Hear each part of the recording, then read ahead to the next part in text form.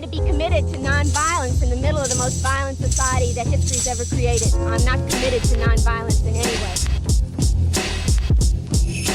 Man or woman who hates communism the most, that is to say, the man or woman who knows the least about communism, is the man or woman who wants to know the least about communism. That is to say, snakes are my enemies. They come to bite me, and I don't even want to know what they look like. We're going to see about stopping, regardless of what these people think we should do. Because school is not important, and work is not important. Nothing's more important than stopping fascism, because fascism will stop us all. Yo, hey yo, welcome to the pod, welcome to the Forest Pod. It's your boy, Comrade Villain. I'm here once again with Comrade Lab. Once again, we're watching Ant-Man Edwards in the playoffs, this time against OKC. It's not looking good right now, though. What's up? What's up, bro? What's going on, man? Not much, man. Do you know... So right now it's Oklahoma City and the Minnesota Thunder in the West, New York Knicks and the Indiana Pacers in the East. Do you know what the odds are? I'll pull up the odds real quick. Nah, I don't really follow the Vegas. Who would you guess is the favorite? Maybe OKC. They had the better record. That was what I would think. Everybody kind of had them as a favorite because of their record, but they also had the Cavs until they fell apart. Yeah. But yeah, OKC is still the favorites, minus 145. Which I think means you have to bet $145 to win $100. So they're the favorites. The Knicks are second, and then the T-Wolves and AMN, and then the Pacers. So interesting. That's what Vegas thinks. Okay. But what's up, man? What else been going on? Anything crazy this week? Same old. Did you hear any of those back and forth disses, the rap disses? You know how like Ray Vaughn and Joey Badass were kind of trading some songs last month, I think. Oh, I didn't know it was Ray Vaughn he was going back and forth with. Yeah, that's what that Crash Out Heritage song that I like so much. That was a diss to Joey Badass. Oh, okay. And Joey Badass started it with the Ruler's Back song. Oh. Yeah. So okay. Since then, like within the last couple of days, since the May 14th. Oh, today is May 20th, 2025, by the way. Joey Badass put out another song called The Finals, and then Ray Vaughn put out another song that same day called Ho Era. You know, it's pretty good. Pretty good like that. And then AZ Cheeky released Game Time. It's becoming like a West Coast, East Coast thing. So AZ Cheeky, he was on Kendrick's album. My favorite song, the Peekaboo. He put out one, Reason. I think he has a new name, or no. I don't know, but he was on TDE, put out one. Daylight, he's also fucks with TDE, so they're coming hard on the West. CJ Fly, I don't know who that is. He's part of PE. Oh, is he? Yeah. CJ Fly? Yeah, CJ Fly. Okay. Yeah, I remember him. You said TDE or PDE? No, Top Dog? No, Pete. What was Joey's group's name? Oh, Pro Era. Pro Era, yeah. Pro Era. PDE is fucking Young Nudie. Paradise East Apartments. Oh, yeah. Okay. I mean, that's the only time I hear PDE. But anyways, yeah. So I said PE, not PDE. Oh, okay, I got you. Yeah, PE Pro Era. Yeah.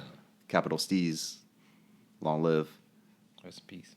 Oh yeah, and somebody, I think Daylight mentioned him in one of the disses because that's gonna get brought up. But there's a whole little East Coast West Coast rap battle war going on right now. It's pretty cool. I haven't listened to any of these songs. I'm gonna have to check them out after this maybe. And then there's a couple other crazy things I saw. Diddy's trial is going on right now. Cassie is testifying, and she said that a man that was charged with shooting up President Trump's golf club was one of her hired people for the freak-offs. Isn't that crazy? That's wild. Do you remember when that guy shot up Trump's golf course? No, not really. Was that recently? That was on May 18th, way back now, 2018. So he wasn't even in office then. But actually, I have the police report linked here. This shit says, his name is Jonathan Oddie. He entered the lobby area and began to shout anti-Trump rhetoric before opening fire. Once shots were fired, patrons and employees were able to exit. He activated a fire alarm, and then it says he started giving conspiracies about Trump and Obama and Diddy. At the time, the cops thought they were conspiracies or whatever. That's what they thought. This is all just crazy talk from this guy. Right. So now that's all come, or at least the Diddy part has come to fruition. So I wonder what he was talking about with the anti-Trump and anti-Obama conspiracies. They might not be conspiracies. Maybe not. Maybe Not if they were drones. We was talking about drones with Obama. There's a lot of history there. No doubt. But anyways, that was crazy. And then one last thing of like pop culture news. You see Max is changing his name back to HBO Max. What? That's some shit. Hold on. I saw somebody do that. Had the on Twitter had the Spider-Man meme with like Pointing at it yeah. was like HBO Go. That's hilarious. Max. Yes. Okay, so you remember Go. Because, there was HBO Go, HBO Now, Yeah. HBO Max, and then Max, and now back to HBO Max. Which, I understand they did change it to Max because they had bought Discovery Channel and, like, all the shit that comes with that, whatever that network is. So they're trying to, like, market it as, like, more than just the HBO brand. But they're fucking stupid because the HBO brand is, like, that's very valuable. Like, that's why a lot of people came to your shit. They didn't care about house flippers. But anyways, they're changing their name back. It's Wow. crazy. So I'm gonna have to do another update Yep. on my TV. I think okay. It might have said that you have to download another app because I remember they kept having to switch apps. Yeah. But actually, I don't know for sure about that one for this time. But so that's all crazy shit going on in the world outside of important shit. That's the unimportant shit. Real quick, hopefully. Oh yeah, I forgot to start my timer. We're gonna keep this under 1 hour starting now. Good luck. Updates and corrections. I'm gonna try to keep this up again. Empty Shelf Watch 2025. As of today, no empty shelves yet. So none reported that I could find within the last 7 days. But tariff update. Have you ever heard of somebody called Sidney Blumenthal? He's like supposed to be a quote unquote left wing economist. No, I haven't looked into I'm him. not familiar with him. He apparently wrote a Guardian, I wrote a piece in the Guardian the 20th. So today, saying he's predicting stagflation similar to the 70s under Carter. And then from the right wing economic side, the Tax Foundation. I don't know what that is either. Have you ever heard of that? Nah. I think from very cursory thing or searching, it's a right wing think tank. But regardless, they say the tariffs will cost the average U.S. household $1,200 and reduce imports by $542 billion, which is 16%. They say there's going to be economic pressure, but don't specifically predict shortages. So again, that's the good or the side of the argument that wants this to work out for Trump. So they're still predicting shortages at the least. So that's that update. India, Pakistan, you heard anything about that in the No. last 7 days? No. I haven't really followed up on it too much. Pakistan deployed the Chinese-made J-10C fighter jet, which was their combat debut. So that happened. Yeah, we talked about that a little bit, I'm pretty sure. Did we? I'm pretty sure. Maybe that's a different jet then. I don't know. I have to look into that. Put a pin in it. I'll check it again for the next one. And then there was an Indian academic that was arrested in Delhi over social media posts criticizing India's recent military conflict. So they're cracking down. And then 12 individuals across Punjab, Haryana, and Uttar Pradesh. I guess those are provinces or something. And in India were arrested for allegedly spying for Pakistan. So it seems like they're cracking down. But I haven't heard any, or I haven't seen any other major developments. Saudi Arabia's membership status with BRICS update. It's the same. They're still on the BRICS page website saying, or BRICS website says they're a member. but they have this potential $100 billion arms deal with the U.S. So Riyadh, is that his name? That's the capital of Saudi That's Arabia. the capital? Oh, yeah, okay. And what would they quote? Oh, I guess they're just saying the capital, the government, Right. is cautious about upsetting the U.S. because of that deal. Right. So that's in the same spot. I guess after this, I'm going to cut all these off and find new shit to update because nothing has happened unless something crazy happens. And then this is not an update, but actually, let's take a quick break before I get into my segment, unless you have any updates or corrections from the last episode. I know you listened to it. No, I didn't. I didn't listen to. I mean, I listened to a little bit of it. I didn't go all the way. It was like 2 hours. Unbelievable, bro. You know there's people that listen to this shit already. Is there? Yeah, there's views on YouTube. I'm like, who's listening to this? Views that aren't mine and yours? Yeah, like I ain't listened to it 28 times. Did you? No. Yeah. Oh, that's weird. So, That's funny. anyways, we should probably listen to these episodes. But let's take a quick break. All right. Okay, and we're back. So, what I want to talk about today, since you mentioned you were doing something related to U.S. history, I like the dynamic of one of us doing something domestic, one of us doing something global. I decided to do something about South America, different part of the world that's not the United States of America, and specifically Venezuela, and specifically related to a U.S. news article from the Miami Herald. This is the headline: "Deeply disappointed," in quotes, "deeply disappointed, Miami lawmakers in D.C. react to court decision on Venezuelan TPS." Do you know what that is talking about? Court decision on Venezuela TPS? Yes, TPS. No. Is that what it was in Office Space, the TPS reports? Oh, I don't remember. I'm pretty sure it is. That's pretty funny. Anyways, TPS stands for Temporary Protected Status. There was a Supreme Court ruling today. Yes, today. Wait, hold on. Is that today? It's either yesterday or today, but I need to find out real quick.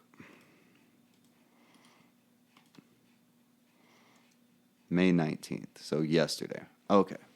There was a Supreme Court decision yesterday, May 19th, that allowed the Trump administration to revoke the TPS status for hundreds of thousands of Venezuelan migrants specifically.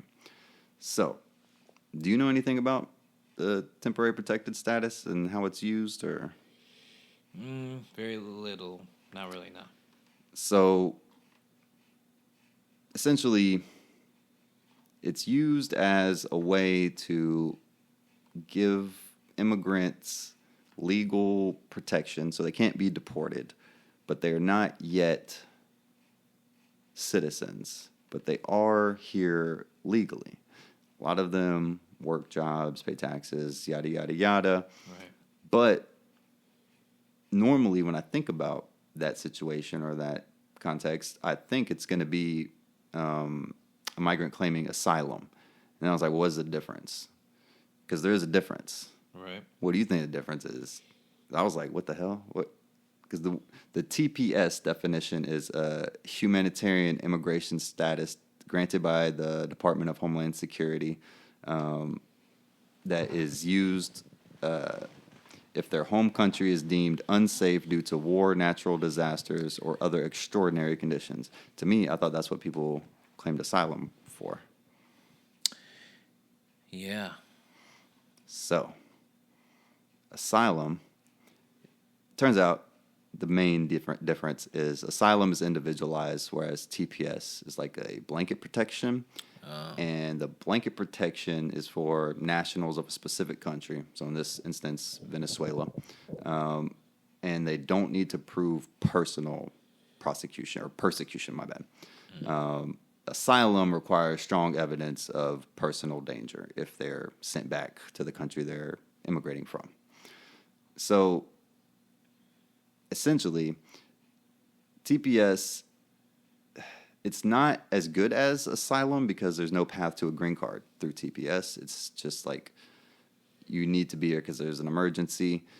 And there was an emergency, I guess, claimed, or the reasoning for this TPS status for Venezuelans is because in March 8th, 2021,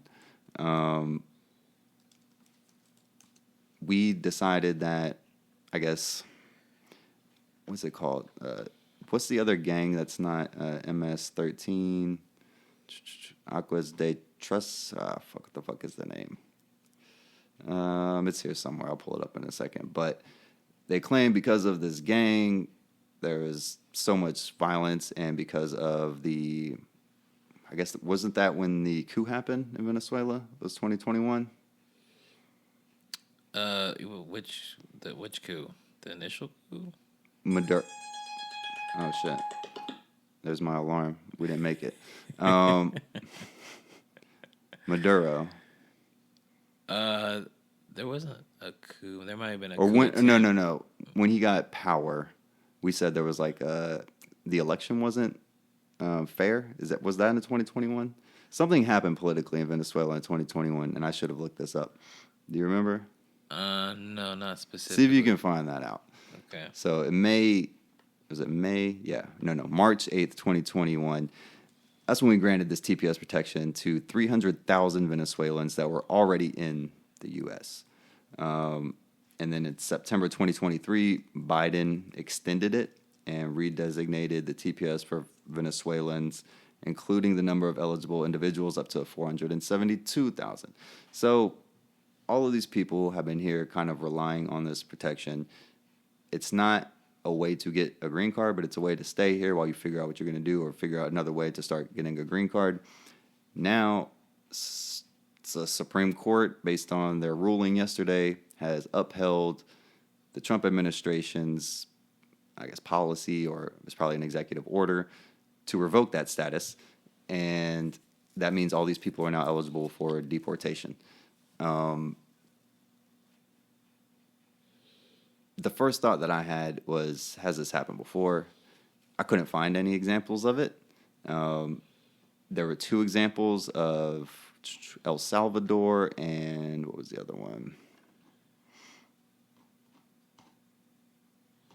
Ukraine. But, Haiti South and Africa? Ukraine. I see El Salvador, Haiti, Syria, Venezuela, Ukraine. Don't see one for South Africa. Damn. It's like that genocide is not getting talked about. But no, so all of those are tied up in the courts, or it's been revisited by other administrations, or I guess not this administration, because they would have revoked those too. But this is the first time it's been revoked in it's gone to the Supreme Court, and they said, yes, it can be revoked. So now all these people are eligible for deportation, and based on the way they've been doing things, including sending those 300 people to CICOT in El Salvador, 50 of them actually were Venezuelan. And again, that was before this happened, by the way. Some of those had TPS protection, if not all of them. It was done in the name of them being in a gang. Again, where the fuck can I bring up the goddamn name of this gang?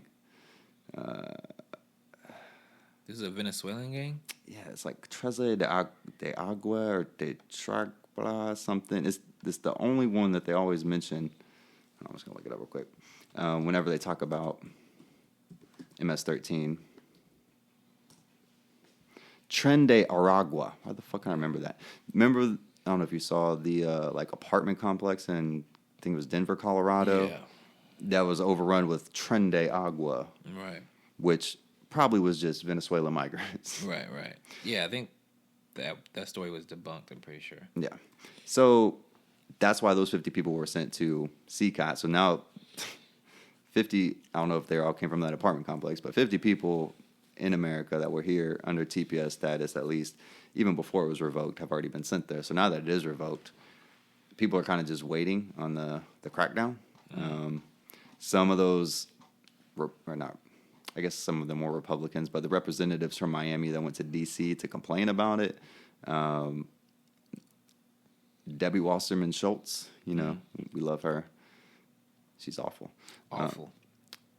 She's from the Weston Broward County District. So all of these people are from right around the Miami area.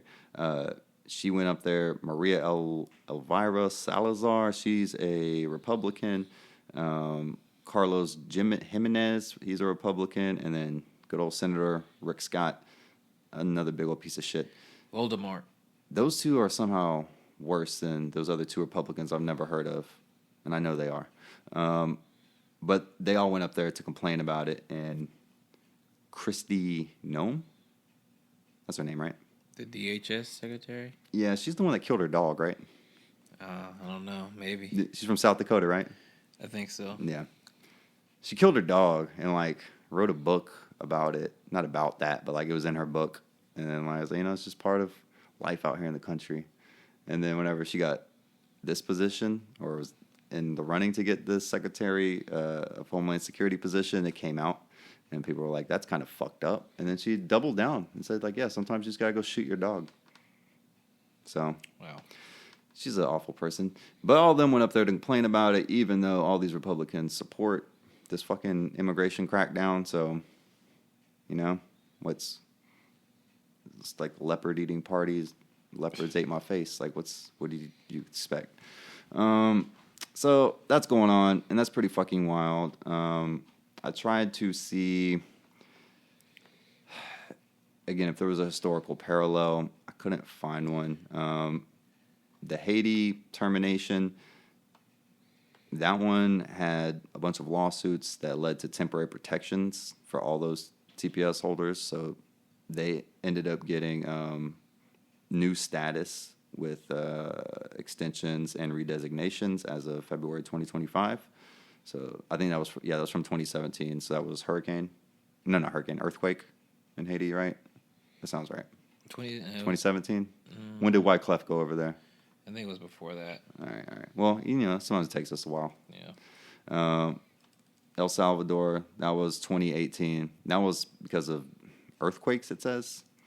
But that one has also been extended as of January 2025. The TPS has been extended for El Salvador. So what the fuck? I don't know why that happened. When did he take office? The 6th? No. I'm thinking of January 6th. When are you supposed to take office? As the president? The 20th. Was it the 20th? I think it's when you're sworn in. Okay, so maybe this happened earlier before he took office, but that was extended for El Salvador. And again, for the Venezuelan one, it says here that the reason that they gave for it was the country's humanitarian crisis.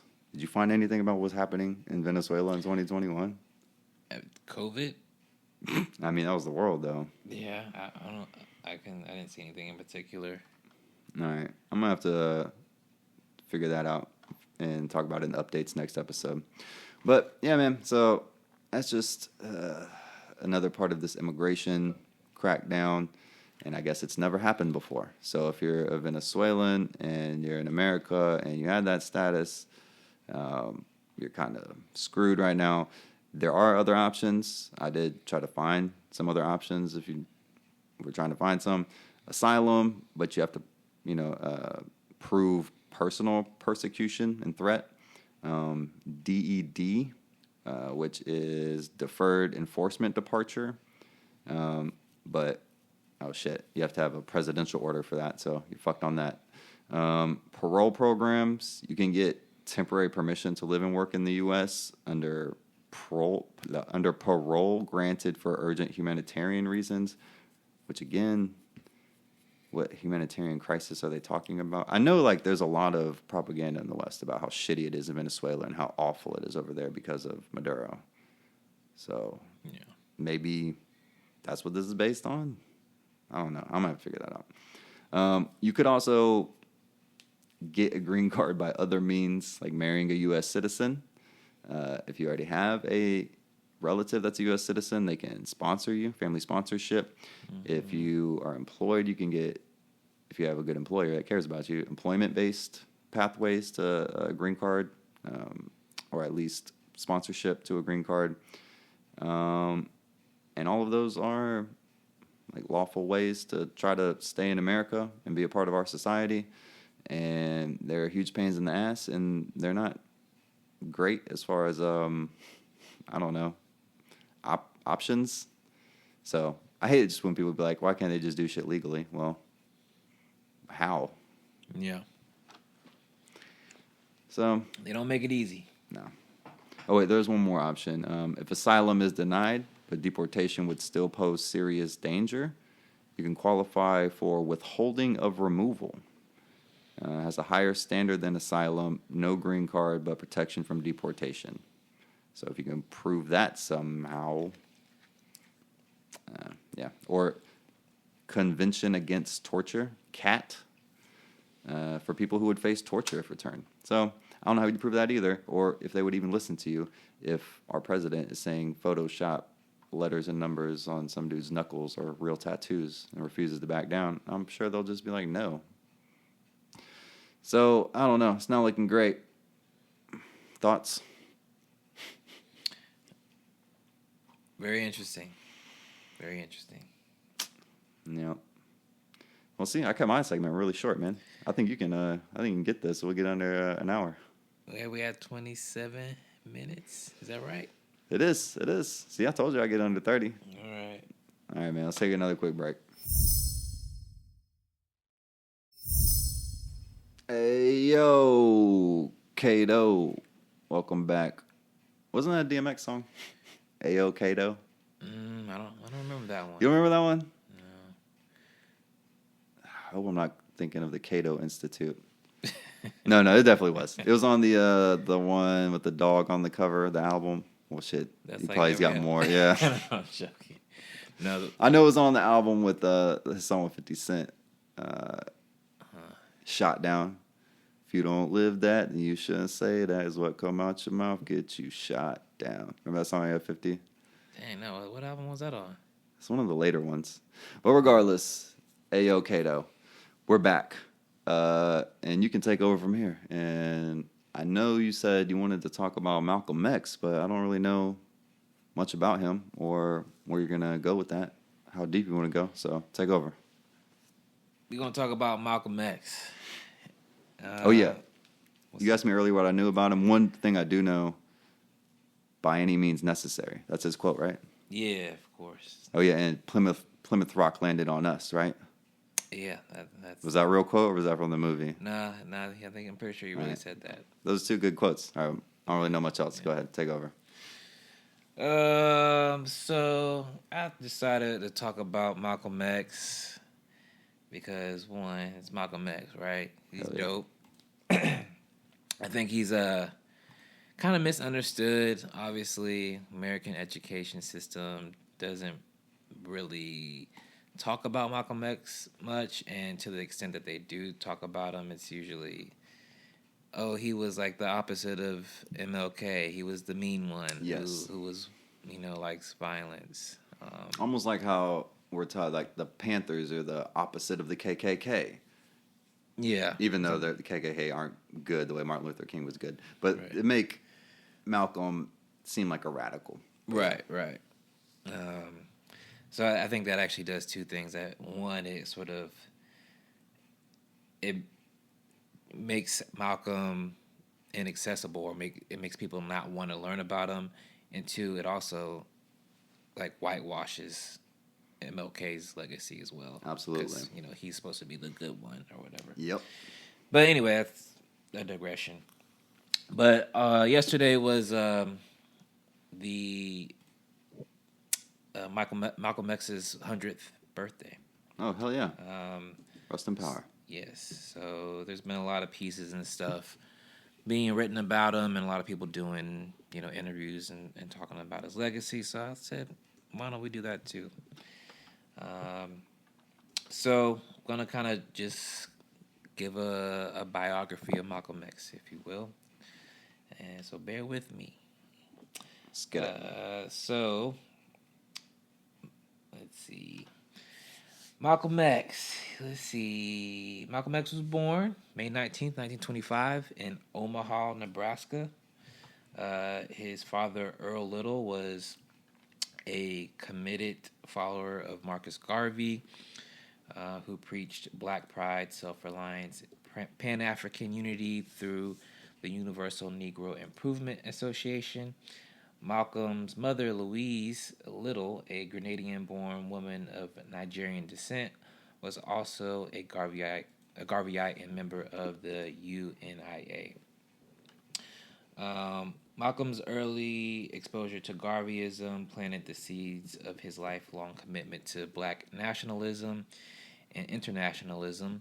These influences were reinforced through the trauma of his father's likely murder by white supremacists and the systemic destruction of his family by the state, which institutionalized his mother and sent him into foster care. Marcus Garvey? What? Or... Oh, wait. You gotta be You're talking about paying Martin Luther... attention. I am, but you're talking about Martin Luther King that happened to his dad? No. I know who you're talking about. I was talking about Malcolm X's dad. I meant, not Martin Luther King, fuck. I meant Malcolm X. Yeah. Okay. Yeah, he was murdered. Okay, because you were talking about them and the Garvey, his parents being Garvey. I didn't know if you were referencing that happened to Garvey's parents. That happened to Malcolm X's parents. Okay. Yeah. His dad was Gotcha. murdered. Shit. You know, I don't think they ever deemed it a murder, but there was a Gotcha. he was found on the train tracks, like severed, with his head bashed in. Jesus. And there was a known like white supremacist group. I forgot what they were Active called. in I think they that were area. called like the Black Legion or something like that. Like, It was- was called Black Legion? Interesting. Maybe I might be wrong, but it was like an offshoot of the KKK, essentially, or something like that. But anyway, his dad was politically active, so he got a lot of threats from white supremacists. Gotcha. Obviously. And that only emboldened him, it seems like. Well, yeah. I mean, they didn't like uppity Negroes fighting for their rights. Anyway, so that was his early childhood. He went into foster care. I'm gonna skip over a lot of stuff. If you guys want the whole biography, go read. Watch the Denzel movie. No, go read Alex Haley's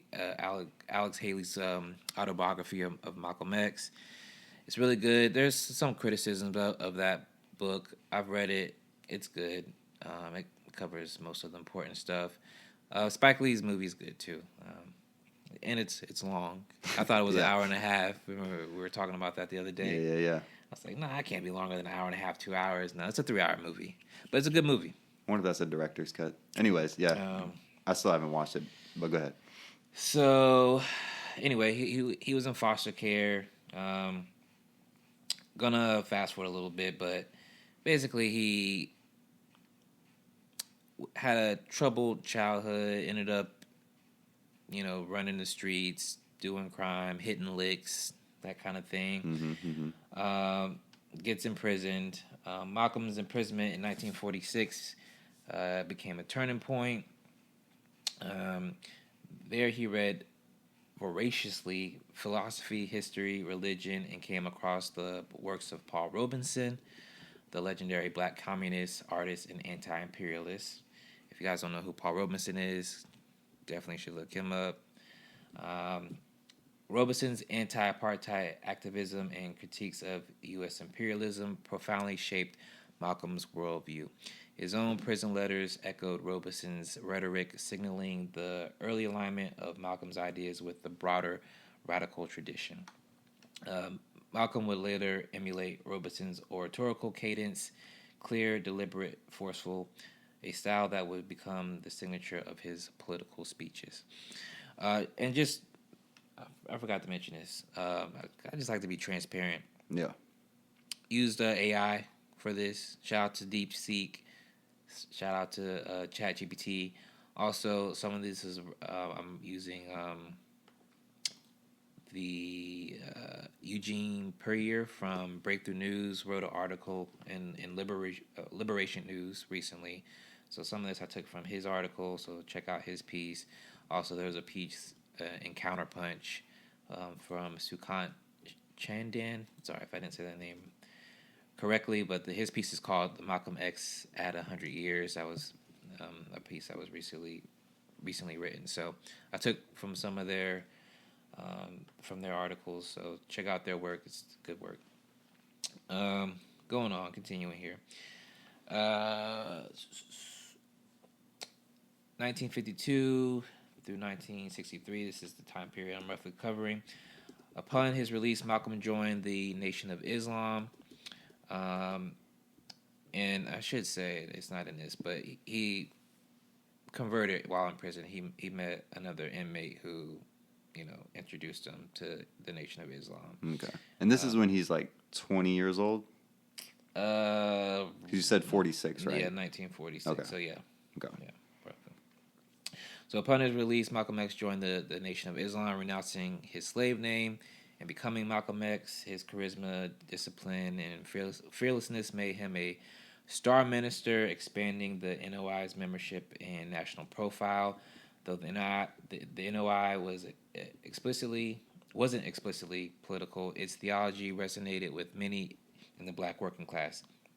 Interestingly, the NOI's call for a separate black nation in the U.S. South paralleled the black belt thesis developed by Harry Haywood, a black communist who argued that African Americans in the South constituted an oppressed nation with a right to self-determination.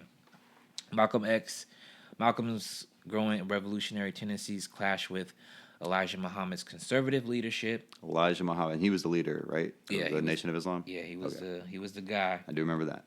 Yes, Malcolm X used to always say, if you watch like any old interviews, he says the Honorable Elijah Muhammad. Okay. He always would say that. I've seen that. So they clashed a little bit. Tensions came to a head in 1963 when he was suspended for his remarks following JFK's assassination. And I'm just going to read his remarks because I think they're cool. Hell yeah, let's do it. But this is what he said that got him sort of censured by the Nation of Islam at the time. He said, I don't think anybody here would deny that when you send chickens out in the morning from your barnyard, those chickens will return that evening to your barnyard, not to your neighbor's barnyard. I think this is a prime example of the devil's chickens coming back home to roost. That the chickens that he sent out, the violence that he's perpetrated in other countries, here and abroad, four children in Birmingham. He's talking about the church bombing. Okay, yeah. Or Medgar Evers, who was killed assassinated. In Mississippi. Or the mangrove in Africa. I think this same violence has come back to claim one of their own. Now, being an old farm boy myself, chickens coming home to roost never made me sad. In fact, it's only made me glad. So that made Elijah upset? Yeah. Because he liked JFK? Because he was talking about JFK, you said, right? Yeah, he was talking about JFK. The blowback from American interventionism came back to kill JFK. And why did the Nation of Islam get upset about that? Do you know? It was JFK. Remember, he was a very popular president. Mm-hmm. He had a lot of support from the black community. Okay. So just politics then? Yeah, it was just like they didn't want that energy. Gotcha. Gotcha. You didn't give me that Martin energy. What's that? That early Martin energy. My bad. Go ahead. Yeah. They were. It was still a growing organization. I think they were, looking for more people to join. Do you in this your segment here? Do you go into the Nation of Islam at all? Explain what they are? Nah, I didn't really. That's because I. Do you know what they are off the top of your head? 5%ers say there's pork and Jello. That's them, right? They're the 5%ers, right? I think they are different from the 5%ers. All right. Well, I'm gonna fact check that while you continue. I think they're a little bit different. Okay. Because the 5%ers, I think the guy who started that was I can't remember his name now. I think it's a different guy though. All right. So anyway, I lost my place. Oh yeah, I did the quote. So anyway, it came to a head. They censured him. He was suspended for 90 days. Basically, he couldn't say anything. He couldn't give like interviews or anything. Okay, that's what you mean by censored. Gotcha. Yeah. They say like you gotta shut up now. And then I guess during this 90-day period, also Malcolm X found out that Elijah Muhammad was like impregnating a bunch of like teen assistants and stuff. I do, because it sounds familiar that Malcolm found out about this, and this kind of is where he turned on him. Like he already had doubts. Yeah. But this like solidified his. Right. Because before he wasn't questioned. Because again, the honorable Elijah Muhammad. But now, like that was the thing that he's like, okay, this dude is a piece of shit. Yeah. Okay. Yeah, pretty much. He wouldn't say piece of shit.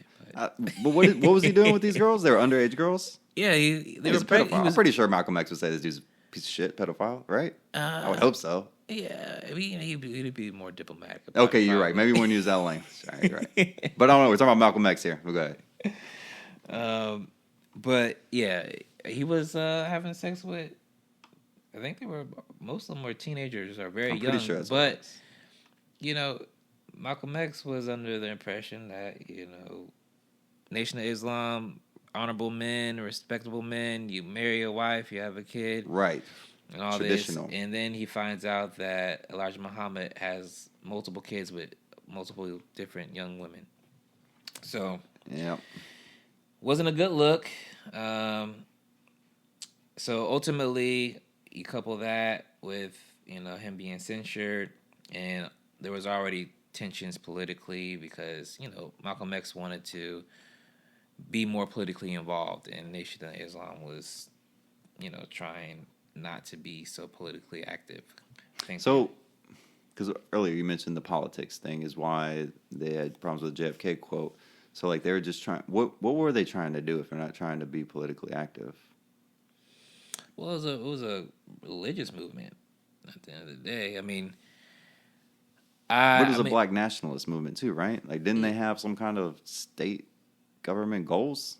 I think they wanted a separatist. Okay. movement. Oh, right. Yeah, That goes back to like the what was the guy you said earlier? Marcus Garvey. Was he the one that you said about the black people in the South have a right to? That was somebody Harry, else. Harry Haywood. Harry Haywood, yes. Black belt thesis. Yeah, he was a communist. But like independence, essentially. They give us our own shit. Yeah, Okay. basically, Okay. more or less. Like we can. Okay, so be segregated Elijah and just so on. didn't want the heat. Yeah, he just didn't want the heat. Gotcha. He didn't want that energy. He didn't want the federal government coming after the Yeah, I organization. want to lay low and do my thing. Right. Gotcha. People are gonna find out about these fucking girls if you keep talking like that. Yeah.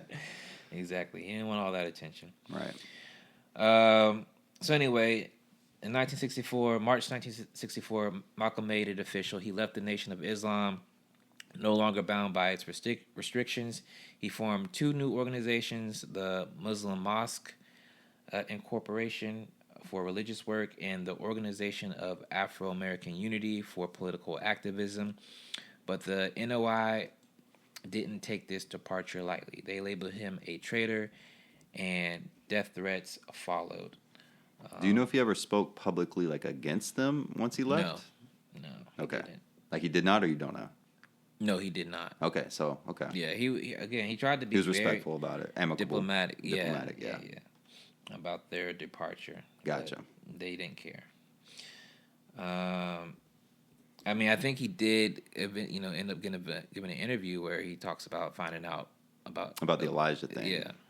But he wasn't out there doing the speeches like No. Nation of Islam. NOI. Yeah. Right. They're a bunch of frauds. he just didn't talk about them anymore. Yeah. Okay. He just kind of said, "I'm gonna do my own thing." Gotcha. Let's see. All right, we're gonna move on here. With the support of his half sister Ella Collins, Malcolm made the pilgrimage to Mecca in 1964, formally breaking from the NOI and embracing Sunni Islam.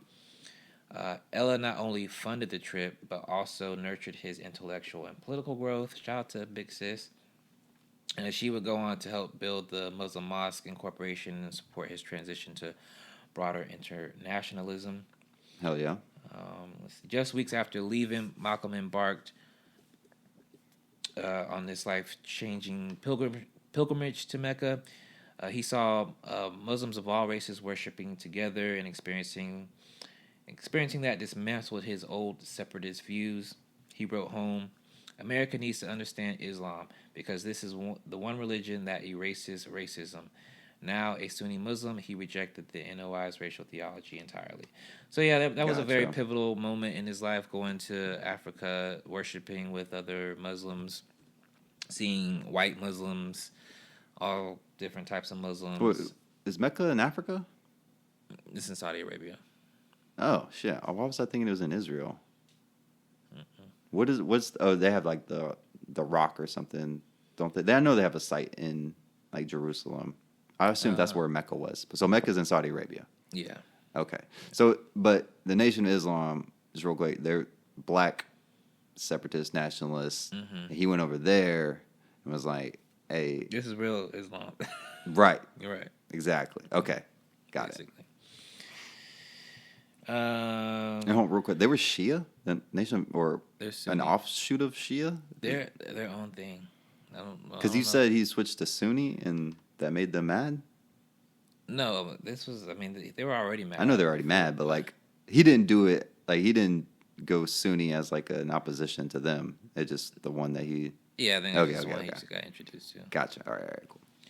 I mean, it's the larger of the two. Right. And he was in Saudi Islamic. Arabia. They're Sunni. Yeah, well, yeah, he went to the Mecca. So. Yeah. All right. So we're going to talk a little bit about Malcolm's internationalism, if you will. So post-Mecca, Malcolm transformed into a global revolutionary. He saw firsthand that racism was not just an American sickness; it was a tool of it was a global tool of empire. In Ghana, Algeria, and Egypt, he met with revolutionaries and heads of states. He supported the Mau Mau insurgency in Kenya. Mau Mau. He aligned with Pan-African leaders like Kwame Nkrumah, Sekou Touré, and Kenneth Kaunda. After the split with the NOI, Malcolm formed the Organization of American Unity. We talked about that.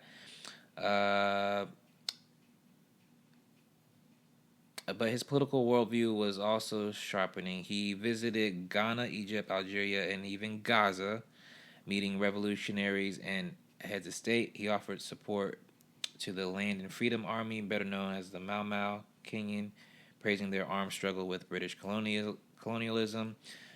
Malcolm recognized black liberation in the U.S. was deeply linked to global anti-colonial struggle. And in this light, he tried to take the U.S. to the United Nations, framing police violence, discrimination, and segregation as human rights violations, not merely civil rights issues. What did the UN say to that? Do you know? I don't know if he actually successfully got Oh, to okay. the UN. Yeah, Okay, I mean, okay. he was in the process of doing that. Gotcha. Yeah. So, also, I wanted to talk about, he wasn't a socialist per se, but Yes, I was about to mention that because you just said like he was focused on anti-imperialism, right. and I was just thinking, yeah, I mean honestly, that's probably where my drive to be a socialist comes from. It's from anti. Yeah, because I was talking to Van the other day, and I was like, I think the first thing that radicalized me was commercials because I hate them so much, and I didn't understand like the point or and then I started to think about things a little bit more, and then yeah, once you tie that to capitalism, then fucking hate capitalism. But then when you think about like how this all works and how it continues to, or why even capitalism is an option, it's because of the empire. I think starting with the empire. It's probably a better starting place. Maybe just in discussion. I don't know. Yeah. I mean, it's a good entry point, I think, for a lot of people. I'm just interested as to why maybe he didn't have enough time before he got killed.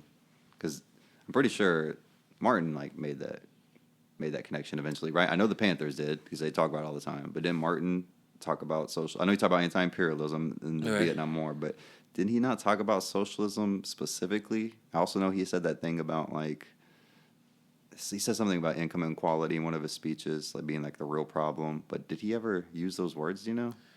Socialism? Yeah, or just like Yeah. bourgeoisie or proletariat? Did he?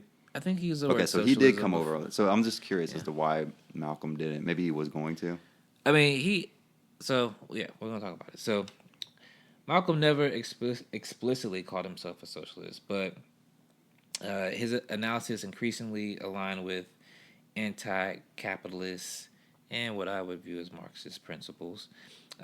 He condemned the economic exploitation of black workers, spoke against imperialist wars, and consistently linked capitalism to racism in his speeches and writings. To Malcolm, capitalism wasn't just an economic system, it was a system of racial domination and class exploitation.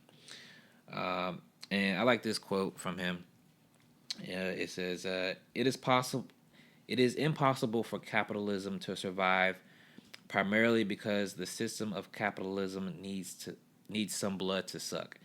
Capitalism used to be like an eagle, but now it's more like a vulture.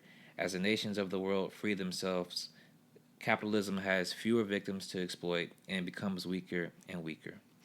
That is an awesome quote. I love the vulture and the eagle thing. But I was just thinking that because, like, again, the imperialism thing, the imperialism requires exploitation. That Right. is what capitalism requires. In a Marxist perspective, the whole point of this is to not exploit the worker anymore, no matter where they are. Right. So all of that, yeah, like you said, maybe you didn't use whatever precise language or whatever, but like that's how those ideas, you end up in the same place. If you start with racial injustice in America and just follow that thread.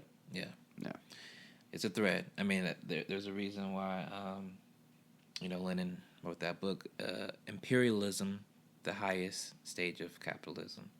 I did not know about that. Yeah. That's a great title for a book. Lenin, killing it out shout there, out to Lenin. crushing them.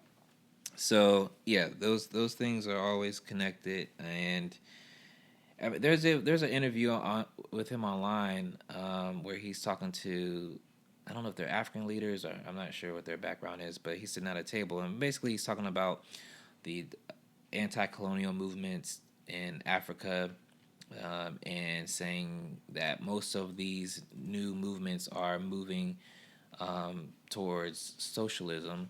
Okay. And he's saying that basically he believes that's probably the correct route. However, they have to develop their own African socialism. Right. Is what he says. So he kind of, I don't know if you read any Marx, but that's sort of like a dialectical Exactly. analysis of it. Saying that they need their own form of socialism. Fred, I love quoting Fred. Fred has a quote, I can't remember exactly, but it's specifically that, or not, it's what that means. Essentially, it was like what works here or whatever socialism works here is not going to be the same that works over there. Right. You have to put shit to practice and then figure it out as you go. But like, there is no, that's why the Communist Manifesto is not a fucking blueprint. Right. And Das Kapital, the thing that's like, I don't know, 20 times longer and more detailed, is also, it's just a criticism. Right. So like, there is no like blueprint to do like for this. Just do this. Right. And it's funny because there's no capitalist blueprint either. It's not like John Adams' Wealth of Nations says this is how every country should be. It's essentially like this is how a market should work, but like figure out how to do that. And then Right. Keynes and Hayek and everybody argued about that. But yeah, so it's, I don't know. I like that. Yeah. I mean, and basically, that is, even if you look at a country like China today, they say their system is Chinese or socialism with Chinese characteristics. Right. Yep. And they have their sort of philosophy is we're not going to impose our view of socialism on any other countries. Right. This is what works for China. And that's basically what Malcolm was saying in that clip online that I'm referring to, was that, these African countries that are moving towards socialism, they got to develop their own socialism that meets their material conditions, that's rooted from their sort of, historical development and all that. So, Right. That's something he understood. Moving on. One thing that I really appreciate about Malcolm X personally, and I want to talk about this, was Malcolm X was very critical of celebrities and liberals. And I think... Go on. Yeah, I think that is very, for me, that's one of the things that I like about him the most. If you watch any of his old interviews, he talks about how, the white community would never have entertainers considered their leaders. He said something along the lines like, our leaders are Lena Horne and Michael Jackson and baseball players. Oh wait, no, that was before. Yeah. But yeah, I know. Yeah. Yeah, so he's listing all these celebrities. Jackie Robinson. And he says you would never see that in the white community. And he basically says that many of these entertainers and celebrities are puppets. And they're there to sort of mislead or misdirect black movements. Love it. So Love to hear it. He was very critical of, black leadership, which I appreciated. And he was very critical of liberalism. I'm just going to read this here. Malcolm critiques of U.S. liberalism was just as sharp. He warned against the white liberal whom he saw as more dangerous than the overt racism or racist because they disguised domination in the language of equality and progress. He also called out the black bourgeoisie, which I mentioned, celebrities, politicians who became spokespeople for the system, trading real liberation for media access and corporate sponsorship. So, this is very similar to, MLK, who famously wrote that letter about the white moderate. I already got it pulled up. Do you want me to quote it real quick? Yeah, go for it. One of my favorite quotes from MLK. This is from the letter from a Birmingham jail in 1963. Quote, I have almost reached the regrettable conclusion that the Negro's great stumbling block in his stride toward freedom is not the white citizen's counselor or the Ku Klux Klanner, but the white moderate who is more devoted to order than to justice, who prefers a negative peace, which is the absence of tension, to a positive peace, which is the presence of justice. That's the first part. Second part, who constantly says, I agree with you in the goal you seek, but I cannot agree with your methods of direct action, who paternalistically believes he cannot set the timetable for another man's freedom, who lives by a mythical concept of time, and who constantly advises the Negro to wait for a more convenient season. So essentially, liberals are supposed to be my partners, or at least the ones that tell me they're helping me with getting some kind of rights, while the conservatives are, I know they're my enemy. They say they're my enemy. I get them. It's like the liberals are worse because, you're supposed to be helping me, and you're like, I want to help you, but just wait a little bit. It's not the right time. And that's literally the most fucked up thing you could say. Absolutely. And there's a clip online, and if y'all ever get a chance, go online and just watch Malcolm X interviews. Like, I've spent probably hours over the years just watching random interviews of him. Hell yeah. He's such an engaging speaker. But he talks about how the liberal is the fox and the conservative is the wolf, and how Interesting. the wolf will come up on you with his teeth bared, but the fox will walk up on you with a smile on his face. But it's the fox who normally ends up with the lamb chop on his plate. Damn, cunning of a fox. Yeah, so that's what he equates the liberal to. It's the fox in the hen house, not the wolf. Yes, so that's one thing I just really appreciate about Malcolm X is his criticism of liberalism and celebrities and entertainers as political leaders. Yeah, he was kind of ahead of his time on that because you see that, people like from the Black Agenda Report. If you guys aren't familiar with the Black Agenda Report, check out their work. It's very good. But rest in peace, Glenn Ford, Bruce Dixon, people who've written for that publication, but. They have something called a term that I think they coined called the Black Misleadership class. But it's basically, harkens back to what Malcolm X said. Also, Adolph Reed Jr. has written a lot about that as well. So Adolph. Yes. And I wanted to talk a little bit about Malcolm X and MLK. Malcolm X's relationship with Martin Luther King Jr. is often painted as purely antagonistic, and we kind of started with that. But it was more nuanced. Malcolm criticized King's nonviolence as naive, yet respected his courage. By 1964, both men were shifting. King toward anti-capitalism and anti-imperialism. Malcolm toward global solidarity and human rights. That's sort of the AI-generated thing, but they were both... I mean, that generally sounds right to me, at least. Yeah, but they were both shifting towards anti-capitalism and anti-imperialism, frankly. Yeah.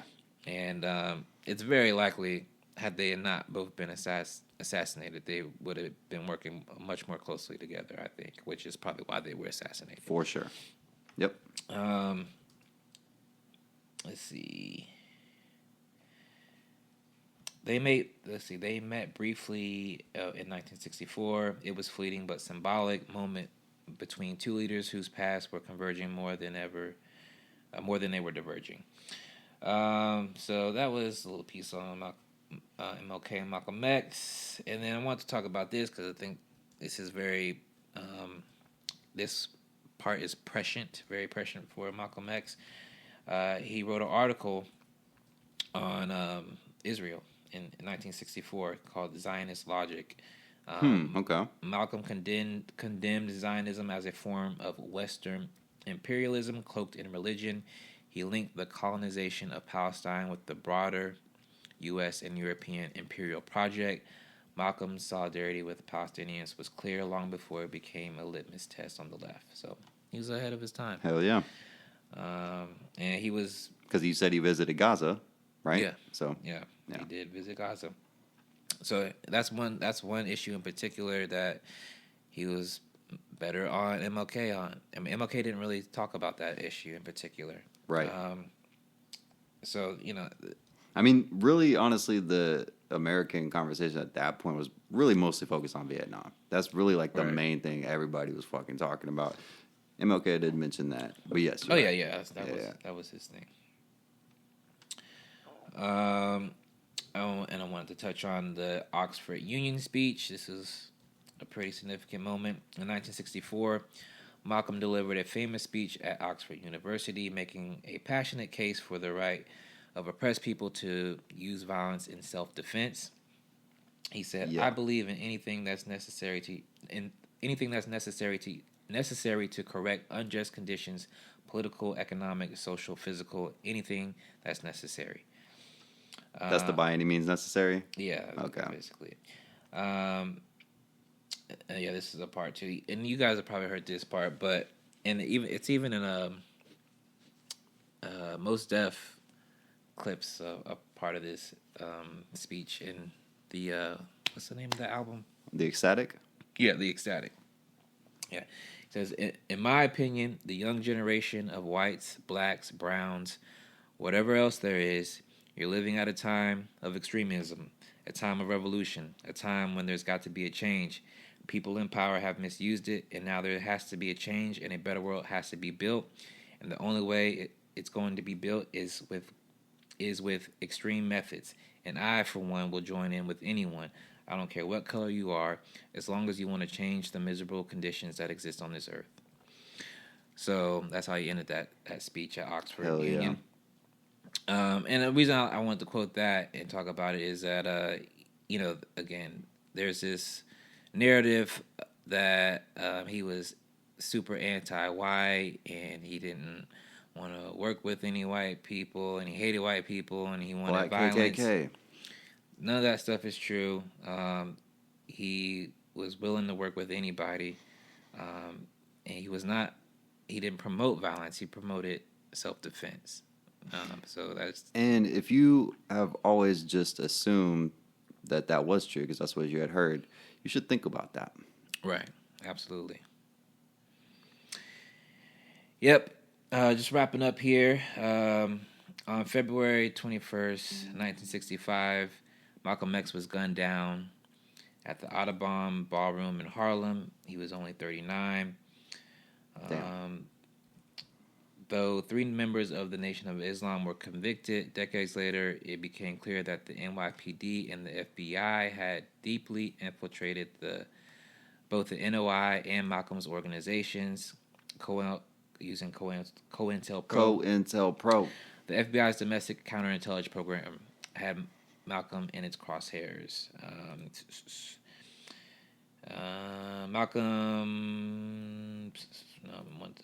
A declassified CIA memo warned his ability to internationalize the race issue could prove more dangerous than Cuba. Meanwhile, the NOI's Nation of Islam. What was that quote from? That was a CIA declassified memo. That's funny because you had the FBI J. Edgar Hoover quote about the Panthers being the most number one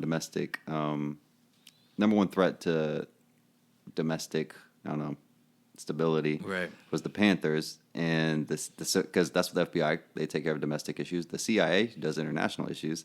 Says the same thing about Malcolm because he's going to tie the race issue to international struggle. Right. That's crazy. Absolutely. I mean, it's not crazy, of course. COINTELPRO is a real thing. Absolutely. The Nation of Islam, Muhammad Speaks newspaper ran cartoons of Malcolm being beheaded. That's pretty Jesus Christ. Messed up. What does the Nation of Islam's newspaper? Yeah. Huh. All right. Let's see. Days before his death, Malcolm told reporter Gordon Parks, "The FBI knows who's doing what." Actually, you know what? That might not even have been the Nation of Islam because the feds did do that where they would put out fake leaflets and say the Panthers did it. But because of the way they typed it, they would say "you jive turkeys" or some shit. They would say it weirdly. So they're like, that's obviously propaganda. Right. So it could have been in that instance the same thing. We don't know. The Nation of Islam really did put that out. That's true. That's a good point. Because obviously there's other things that work here. Yeah, obviously. Yeah. But the thing is, if it was a Nation of Islam, it very well could have been an FBI infiltrator in the Nation of Islam doing that. That's already compromised it, doing it in their name. Right. Yeah. Exactly. So, because that was part of COINTELPRO. We definitely have to do. I'm going to do a deep dive on COINTELPRO. That is something we should. That's an important one. That should probably be like a whole episode. Mm-hmm. But yeah, that's pretty much it. He was assassinated. He knew stuff was going on. Let's see. NYPD were involved. Yeah. Oh yeah. NYPD's BOSSI unit, Bossy unit, had 12 undercover cops at the Audubon ballroom. The day he was killed? Yeah, that's crazy. Shut the fuck up, dude. Okay. I didn't know that. COINTELPRO had blocked his security detail from carrying guns. FBI informant lured Malcolm's bodyguards away moments before the shooting. Same shit. FBI informant lured fucking Fred Hampton. Drugged him. And let's see. Did I say this already? In 2011, the former NYPD officer Ray Wood confessed on his deathbed that he did help set up the assassination. There you go. Under FBI orders. The files confirming this remain classified. So, yeah, the state probably killed him or had a role in it, just like they did in probably killing Martin Luther King and definitely in killing Fred Hampton. Fred, because they did it themselves. I mean, that's not debatable. Nope. That's Malcolm X. Just a revolutionary leader, speaker. But one of the reasons I really love Malcolm X personally is his ability to change over time. You know, that he wasn't static. He wasn't well educated. Even he educated himself. Self-educated. Yeah, that's he was educated. Yeah. He didn't go through the school system because he was 15 when he got locked up. Yeah. Was he? Wait, was it 15? Yeah, we did the math. When he got no, he was 20. He was 15 when he dropped out of school. Yeah, that's right. Okay, but he was in foster care and had a rough childhood. Didn't go to college. But he didn't get stuck. He could have very easily got stuck in something like the Nation of Islam. Like, this is my thing. This is my identity now. Right. Or could have got stuck in a life of crime. Or crime, yeah. But he got caught, went to jail, educated himself. And And it just goes to show you, like, you don't have to go to an Ivy League institution or whatever to learn, to educate yourself, to be an activist, to be effective at whatever you want to do or change. I mean, he's the embodiment of that. I feel like. And also, he is someone who put so many pieces together as far as connecting movements. Like, he wanted to connect the black movements in America to the black movements in Africa, to the anti-colonial movements. International solidarity, some real Marxist shit right there. Right. He understood, what was going on in the Middle East was Western imperialism. Like, he was connecting so many threads. Really before his time. For sure. And there wasn't a lot of people doing that at the time. Mm-hmm. As much praise as MLK gets, and he deserves it. Mm-hmm. In a lot of ways, I feel like Malcolm X was a more effective activist or organizer. And that goes back to the whitewashing thing. That's why MLK is the one we know about, and the roads are named after, and all we're taught is how peaceful he was, and all he was about was peace, like Gandhi or Mandela. These are the guys you should, if you have a problem, go protest in these specific protest zones. Sometimes you'll get beat up, and then eventually we'll change our mind, and that's the way you do things. But anybody advocating anything that's the opposite of nonviolence, so I guess violence, even if it's stand your ground shit. We're in Florida, man. George Zimmerman, stand your ground. This whole country is based on don't tread on me. So you start doing that, though, that's a problem. You're just like you're same as the KKK, except it's black. And I think it's just really important. The internationalism is so important, because for the left to have any sort of successful movement, it's going to require that leftists in different parts of the world connect. The old classic saying, workers of the world unite. Workers of the world unite. It's going to take some class solidarity. It's going to take different groups working together, different coalitions building, coalition building and all that. So I think Malcolm X is just you can learn a lot of lessons from him. So just like in the last episode, we mentioned the French helped the 1/3 of Americans that wanted to revolt against the British. You got to have some international help, man. For sure. Definitely. Can't do it on your own. Can't defeat capitalism on our own. Can't defeat imperialism on our own. These are systems, right? So we need our own systems and our own connections in order to combat the system. So perfect guy to really dive into and learn about if that's something you're interested in. So shout out to Malcolm X. Happy birthday. Happy birthday, Malcolm. That was dope. And I have some questions, but fuck it. We're probably going pretty long. Yeah, I know we're over an hour. Shit, do you want to do one more segment after this? Or we can. All right, we'll do one more quick 10-minute segment like we normally do. All right, let's take a quick break. Yo. All right, and we back. Real quick, lightning round. I'm just going to hit you with some headlines and stuff. Give me your impressions. Let's see. China signs a deal with Russia to build a power plant on the moon, potentially leaving the U.S. in the dust. This is from livescience.com. Heard about this moon power plant? Yeah, I have heard about that. Really? Passingly. I don't know. Oh, shit. Hold on. I don't know a lot about it. But yeah, I did see something about it. Yeah, I mean, apparently they're just, I don't know, they have a memorandum saying that they intend to build a lunar base by 2036. And I guess part of that is a power plant, You're going to need a power plant on the moon. That makes sense. You're going to have a base. I guess lunar base should really be in the headline. I don't know why they got so stuck on a power plant. That's weird, live science. I'm sure. I don't know. Maybe it says in this article why it's scientifically important. Russia launches 273 drone attack on Ukraine ahead of planned Trump-Putin call. That was 3 days ago from the Kyiv Independent. So that's not very neutral source. You hear about this huge drone strike attack? No, I don't think I heard about that one. Me neither. It's a lot of fucking drones. But, you know what? I'm going to give the Kyiv Independent the benefit of the doubt and say it's true. It's a lot of fucking drones. They say they intercepted, or Ukraine's Air Force intercepted 88, and 128 others vanished from radars, likely used as decoys to overwhelm the air defenses. I don't know what the math is on that. So maybe a few got through. I don't fucking know. See, when you put it like that, the headline doesn't really mean shit. That's why you guys, these headlines.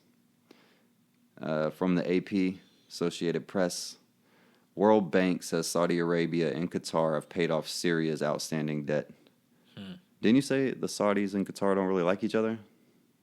No, I didn't say that. You didn't say that? But they're both Sunni, right? Yeah. And why? Did they back Bashar al-Assad in Syria? And the No. Alawites, or no? No.